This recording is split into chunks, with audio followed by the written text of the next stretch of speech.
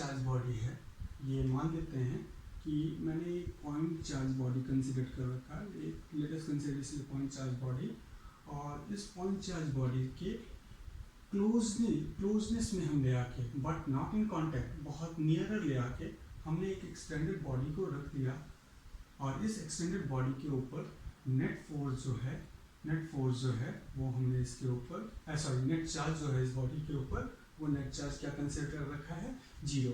But इस body के ऊपर जो नेट चार्ज है वो नेट चार्ज 0 नहीं है, this is not equals to 0। क्या इनके बीच में फोर्स लगेगा? अगर फोर्स नहीं लगेगा तो ऑप्शन हमें बताने हैं कि no, the force between this two in this condition और this problem is there will be no force. साथ में अगर इनके बीच में फोर्स है तो उस फोर्स का नेचर भी हमें बताना है कि क्या वो फोर्स अट्रैक्टिव होगा या रिपल्सिव होगा। ये बहुत ही कॉन्सेप्चुअल प्रॉब्लम है जिसको आप अपने दिमाग से सोच समझ के करेंगे, ठीक है। तो मान लिया जाए कि अगर हम इस प्रॉब्लम को सॉल्व करते हैं, मान लेते हैं कि इस बॉडी के ऊपर हमने चार्ज ले रखा है and that charge is negative. आप अपनी सिंप्लिसिटी के हिसाब से इसके ऊपर पॉजिटिव चार्ज भी कंसिडर कर सकते हो, प्रॉब्लम सेम सॉल्यूशन सेम होगा। ओके, मान लिया जाए कि इसके ऊपर हमने चार्ज रखा है, नेगेटिव चार्ज रखा है, जो हमारा पॉइंट बॉडी है। ये क्या है? पॉइंट पार्टिकल है। और ये कैसा पार्टिकल है? इसको हमने कंसिडर कर रखा है, this is an extended particle, extended body है। सो अगर ये एक्सटेंडेड बॉडी है और इसके ऊपर नेट चार्ज क्या है? 0। चार्ज क्या है? इसके ऊपर है ही नहीं, तो इसका मतलब इसके अंदर नंबर ऑफ इलेक्ट्रॉन और नंबर ऑफ प्रोटॉन सेम होंगे। तो मान लेते हैं कि सिचुएशन कुछ ऐसा है कि इसके ऊपर कुछ इलेक्ट्रॉन और प्रोटॉन इस तरह से अरेंज है, जितने नंबर ऑफ इलेक्ट्रॉन उतने नंबर ऑफ प्रोटॉन इसके ऊपर अरेंज है। एक अनचार्ज बॉडी के ऊपर number of electron number of proton same है, ठीक है। अब जैसे ही हम इसको इसके क्लोज लिस्ट में लेके आएंगे बाय प्रोसेस ऑफ इंडक्शन, अगर हम इंडक्शन के प्रोसेस को कंसिडर करें, हमने पढ़ रखा है इंडक्शन के बारे में, चार्जिंग के टेक्निक्स होते हैं कि बाय इंडक्शन होगा क्या कि हम ये कह सकते हैं कि ये चार्ज इस बॉडी के ऊपर चार्ज कैसा है, पॉइंट चार्ज के ऊपर हमने पॉइंट पार्टिकल के ऊपर जो चार्ज ले रखा है वो कैसा ले रखा है, नेगेटिव चार्ज ले रखा है। सो नेगेटिव चार्ज होने के कारण इस एक्सटेंडेड बॉडी के ऊपर जितने भी पॉजिटिव चार्ज होंगे वो उस नेगेटिव चार्ज की तरफ शिफ्ट हो जाएंगे। क्यों? क्योंकि अट्रैक्टिव फोर्स के कारण, इंडक्शन के कारण ये सारे के सारे चार्जेस किधर चले जाएंगे, ये सारे positive charge at near separation तक पहुंच जाएंगे। जितने करीब जा सकते हैं, बॉडी से बाहर तो निकल नहीं सकते। क्यों? क्योंकि बाहर तो एयर है और air is an insulator medium, तो ये चार्ज इस बॉडी से बाहर नहीं निकले बट इसके नियरेस्ट सेपरेशन तक जाए due to electrostatic force of attraction. But इसके जो नेगेटिव चार्ज होंगे वो क्या होंगे, एट द फारदेस्ट सेपरेशन तक दूर जाएंगे। रिपल्सिव फोर्स लगने के कारण ये सारे के सारे चार्जेस ऐसे हो जाएंगे, इस तरीके से अरेंज हो जाएंगे। अब अगर हम कंसिडर थोड़ा सा अपने ज्योमेट्री को ध्यान में रखें, तो हमने कहा कि इनके बीच का जो सेपरेशन है, let the separation is x। हमने इस पॉइंट चार्ज के सेंटर से इस एक्सटेंडेड बॉडी के वन साइड तक का जो सेपरेशन है वो x कंसिडर कर रखा है। सिमिलरली इस पॉइंट चार्ज के सेंटर से इस एक्सटेंडेड साइड बॉडी के दूसरे एंड तक का, दूसरे साइड तक के सेपरेशन को y कंसिडर कर रखा है, ठीक है। अब अगर हम ध्यान दें तो इसके ऊपर जो चार्ज मैंने ले रखा था, let the charges will be Q0, और यहाँ पे जो चार्जेस हैं इनके बीच में नेट चार्ज 0 है, कुछ चार्ज इधर चले आए, कुछ चार्ज इधर चले आए, और हम कह सकते हैं कि ये जो प्लस Q कैपिटल Q0 0 था वो हम कुछ ऐसे कह सकते हैं, प्लस Q और माइनस Q, कुछ नेगेटिव चार्ज और कुछ पॉजिटिव चार्ज इनके ऊपर थे जिनके कारण नेट चार्ज 0 हो गया। तो प्लस Q चार्ज तो इधर चले गए, तो हम ये कह सकते हैं कि सारे के सारे प्लस Q चार्ज यहाँ चले आए, उसी तरह से सारे के सारे माइनस Q चार्ज यहाँ पे चले आए। ध्यान से देखा जाए तो अभी भी net force on the extended body will be and net charge on the extended body क्या है, 0 है ना। अब अगर हम फोर्स निकालना चाहें तो इस बॉडी पॉइंट पार्टिकल और ये पॉजिटिव चार्ज के बीच में जो फोर्स होगा, तो force between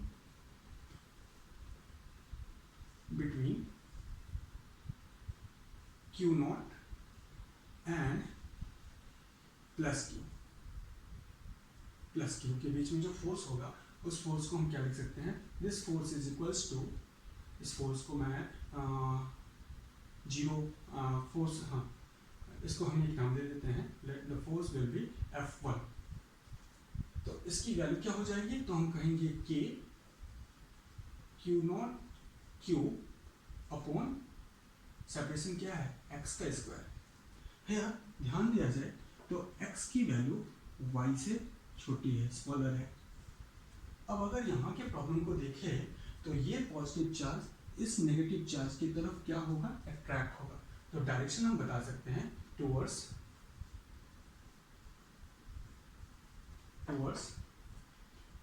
point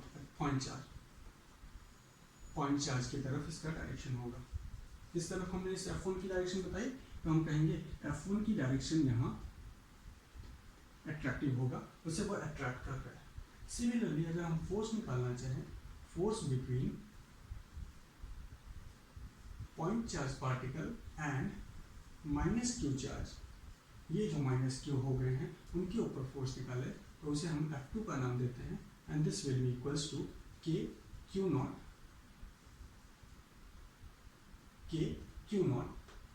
Q upon कितना सेपरेशन है, y का स्क्वायर ना। अगर हम देखें यहाँ पे तो ये देखो, इसके चार्ज को हम नेगेटिव रख लें और ये पॉजिटिव, तो नेचर कैसा आया, negative, minus K Q0 Q upon x का स्क्वायर। यहाँ देखो Q0 की वैल्यू क्या है, नेगेटिव चार्ज है, Q प्लस Q की वैल्यू प्लस, तो प्लस माइनस और प्लस मिलके क्या हो जाएगा, माइनस। और हमने पहले की क्लासेस में आपको बताया है कि the sign is negative, the force will be attractive. Similarly अगर हम यहाँ देखें तो Q0 के ऊपर चार्ज कैसा है, नेगेटिव चार्ज है, तो माइनस Q0।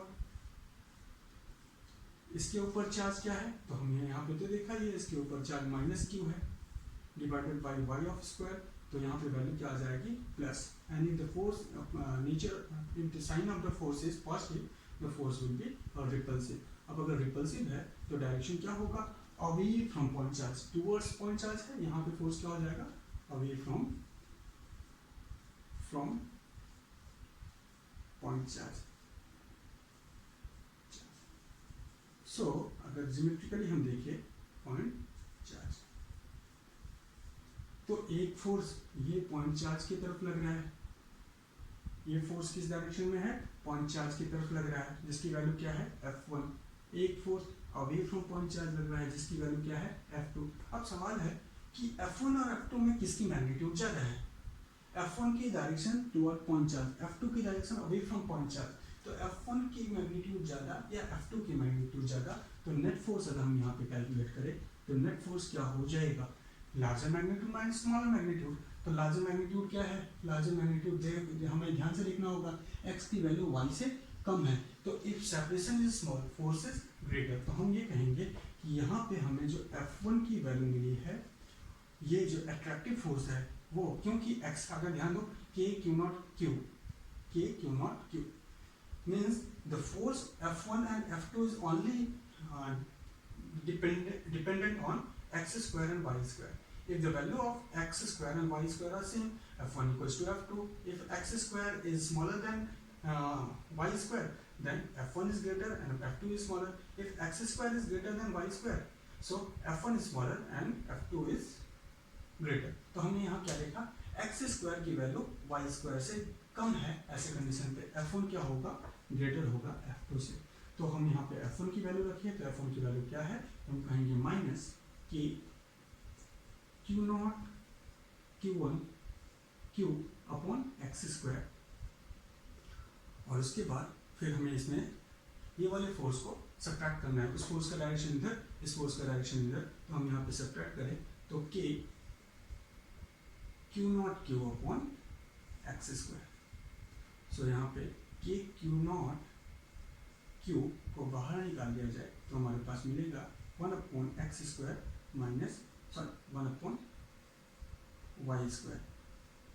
ठीक है, तो हमने F1 की डायरेक्शन में, F1 ज़्यादा है तो फोर्स किस डायरेक्शन में लगेगा, टुवर्ड पॉइंट चार्ज। तो ये तो क्लियर हुआ कि yes, there will be force and the direction of force will be, the nature of the force will be attractive. कैसे अट्रैक्टिव?